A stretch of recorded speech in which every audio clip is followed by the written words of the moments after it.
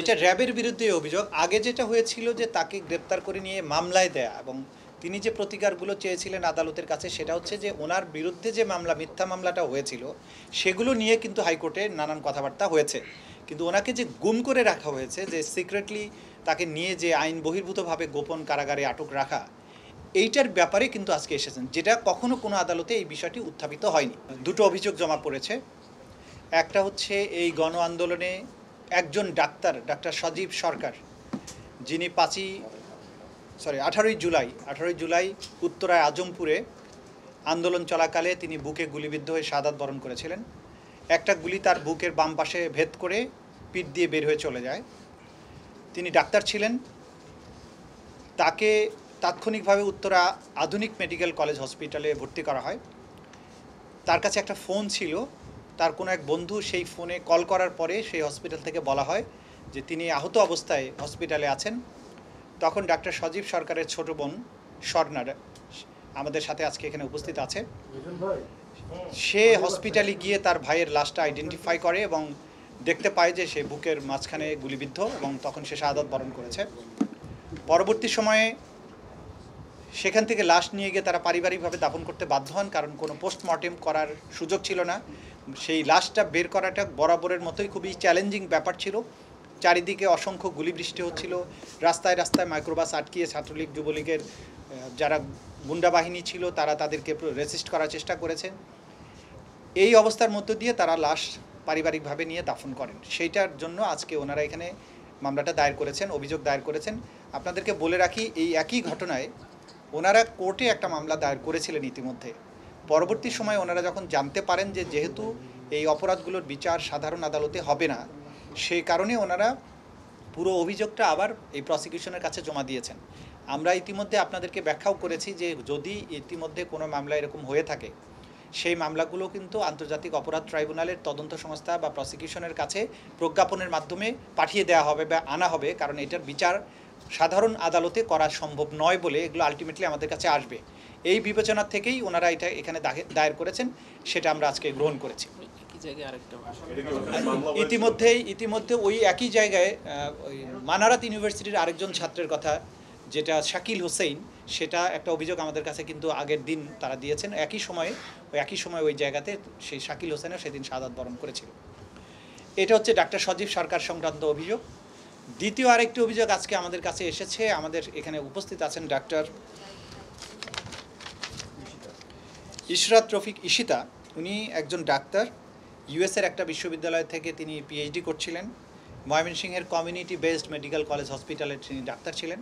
Shea butter ও vitamin E সমৃদ্ধ lily glam beauty soap. Lily, always beautiful. তাকে 28শে জুলাই 2021 সালে তুলে নিয়ে যায় র্যাব। নিয়ে গিয়ে তাকে 5 দিন পরে 2রা আগস্ট তাকে আদালতে উপস্থাপন করে 3টা মামলা দেওয়া হয়, মাদকের মামলা দেওয়া হয়। এই যে মাঝখানে 5 দিন তাকে গুম করে রাখা হয়, তাকে অকথ্য নির্যাতন করা হয়, তাকে তার অনেক ছবি টবি তুলে রাখা হয়, নানানভাবে তাকে টর্চার করে। এই গুমের অভিযোগে তিনি আজকে আমাদের কাছে এই মামলাটা দায়ের করেছেন। সেটা আমরা গ্রহণ করেছি। আমরা পর্যালোচনা করে দেখব যে এইটাই আন্তর্জাতিক অপরাধ ট্রাইব্যুনালে বিচার্য হবে কিনা, সেটা আমরা পর্যালোচনা করে দেখব। যেহেতু আমাদের কাছে অভিযোগ এসেছে, এটা আমরা গ্রহণ করেছি। এবং তাকে পরবর্তীতে এই যে 3টা মামলা দিয়েছে, সেই 3টা মামলা দিয়ে 12 দিনের আবার রিমান্ডও নেওয়া হয়েছে, এবং 1.5 বছর তিনি জেলখানায়ও ছিলেন। এখন তিনি মুক্ত আছেন, তিনি এটার বিচার চাচ্ছেন। তিনি এখনও ট্রমাটাইজড, কারণ একজন ডাক্তারকে যখন এইভাবে তুলে নেওয়া হয়েছে এবং তাকে এরকম মিথ্যা মামলা, মাদক দিয়ে মামলা দিয়ে তাকে স্ক্যান্ডালাইজ করা হয়েছে সমাজের কাছে, একটা প্রতিভাবান ডক্টর, তার জীবনটাকেই শেষ করে দেওয়া হয়েছে। সেজন্য তিনি এখানে মামলাটা করেছেন। সেটার আমরা পর্যালোচনা করে দেখে যথাযথ আইনগত ব্যবস্থা গ্রহণ করব। এই অভিযোগে একটা হাইকোর্টের একটা আদেশ সম্ভবত আছে, তাহলে কি কন্ট্রাডিক্ট হয়ে গেল না? সেটা হলো পার্টিকুলার তাকে ওই যে কি অভিযোগ ছিল, এটা ডিজিটাল নিরাপত্তা আইনে তাকে 1 বছর সাজা দিয়েছিল, সেটা আপিল করলে হাইকোর্ট তাকে খালাস দিয়েছে। এটা হচ্ছে যে অভিযোগটা মিথ্যা, অ্যাবডাকশনের ব্যাপারে নয়, এটা হলো যে তাকে যে সাজা দেওয়া হয়েছিল ডিজিটাল নিরাপত্তা আইনে, সেই সাজার বিরুদ্ধে হাইকোর্টে আপিল করা হলে আপিল আদালত তাকে খালাস দেন, এবং সেইখানে মন্তব্য করেছিলেন যে তাকে যে অভিযোগে তুলে নেওয়া হয়েছিল সেটা মিথ্যা ছিল। এটা ছিল হাইকোর্টের ব্যাপার। সুতরাং অ্যাবডাকশন বা যে সিক্রেট কনফাইনমেন্ট, গুম করে রাখার যে বিষয়টা, এটা কিন্তু কোনো আদালতে বিচার্য বিষয় এখন পর্যন্ত হয়নি। সে কারণেই হয়তো উনি আমাদের কাছে এটা নিয়ে এসেছেন। আপনাদের এখানে অনেকগুলো অভিযোগ এসেছে এবং আপনারা বলেছিলেন যে গত সপ্তাহে বলেছিলেন যে এটা র্যাবের বিরুদ্ধে অভিযোগ। আগে যেটা হয়েছিল যে তাকে গ্রেপ্তার করে নিয়ে মামলায় দেয়া, এবং তিনি যে প্রতিকারগুলো চেয়েছিলেন আদালতের কাছে সেটা হচ্ছে যে ওনার বিরুদ্ধে যে মামলা, মিথ্যা মামলাটা হয়েছিল সেগুলো নিয়ে কিন্তু হাইকোর্টে নানান কথাবার্তা হয়েছে, কিন্তু ওনাকে যে গুম করে রাখা হয়েছে, যে সিক্রেটলি তাকে নিয়ে যে আইন বহির্ভূতভাবে গোপন কারাগারে আটক রাখা, এইটার ব্যাপারে কিন্তু আজকে এসেছেন, যেটা কখনো কোনো আদালতে এই বিষয়টি উত্থাপিত হয়নি।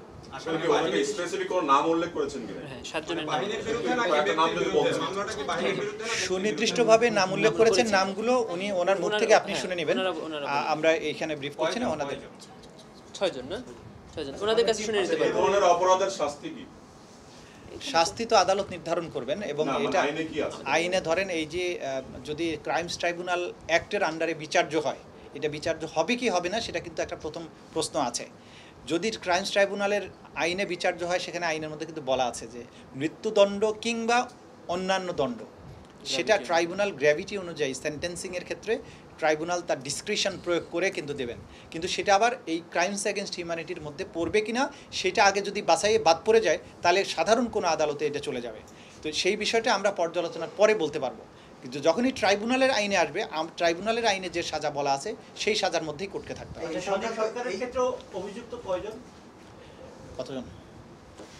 আছে না, এই যে কয়জন? গুম সংক্রান্ত তো একটা 70 জন। হয়েছে, সেই কমিশনে কি সজীব তারা সরকারের অভিযুক্ত অভিযুক্ত কত? 71 জন। শেখ হাসিনা সহ 71 জন। আচ্ছা, সজীব সরকারের ব্যাপারে যেটা হয়েছে 71 জনের বিরুদ্ধে ওনারা অভিযোগ করেছেন। এটা কিন্তু আমরা বারবারই বলছি যে এখানে যে সংখ্যাটাই বলা হোক, আমরা এটা পর্যালোচনা করে যখন আদালতের কাছে আমরা পিটিশনটা দায়ের করব, অর্থাৎ ফর্মালি আন্তর্জাতিক অপরাধ ট্রাইব্যুনালে কোনো মামলা হিসাবে এটা প্লেসড হবে, তখন যাদেরকে আসামি করা হবে তারাই হলো মূল আসামি। আগে যত লোকের নামই থাকুক, সেইটা কিন্তু পর্যালোচনার পরে এটা এই নামগুলো কেউ যদি অতিরিক্ত থাকে বাদও পড়তে পারে, আবার কারো নাম যদি ঢুকানোর দরকার হয়, আমরা মনে করি যে তদন্তে এসেছে সেই ঘটনার সাথে সম্পৃক্ত, তার নাম ঢুকতেও পারে। সুতরাং এটা ফাইনালি ডিসাইড হবে যখন আন্তর্জাতিক অপরাধ ট্রাইব্যুনাল গঠন হওয়ার পরে আমরা যে পিটিশনটা দায়ের করব সেখানেই নির্ধারিত হবে। নজরুল ভাই, আপনারা তো গুমের অভিযোগটা গ্রহণ করেছেন, কিন্তু এর মধ্যে তো একটা কমিশনও গঠন করেছে সরকার। সেখানে অভিযোগটা আছে কিনা? তাহলে এটা ব্যক্তিগতভাবে উনি যেহেতু এখানে উপস্থিত আছেন, উনি হয়তো এটার জবাব দেবেন। কমিশন যেটা হচ্ছে, কমিশনগুলো আপনাদের কোনো সাংঘর্ষিক অবস্থা তৈরি হবে না, গুমের কমিশনের যেটা ও দিয়েছেন উনি গুমের কমিশনের কমিশনের অভিযোগ যেটা সাংঘর্ষিক হবে না এই জন্য যে কমিশন কিন্তু কোনো বিচারিক প্রতিষ্ঠান নয়। কমিশন তদন্ত করে ফ্যাক্ট ফাইন্ডিং করে একটা রিপোর্ট দেয়, কিন্তু তারা কোনো সাজা দিতে পারে না, তারা বিচার করতে পারে না। আর এটা হচ্ছে বিচারিক আদালতের কাছে গিয়ে ঘটনার জন্য বিচার চাওয়া। কমিশনের তদন্ত রিপোর্ট হয়তো বিচার কার্যের ক্ষেত্রে, তদন্তের ক্ষেত্রে সহযোগিতা করতে পারে, কিন্তু commission itself is not a judicial institution.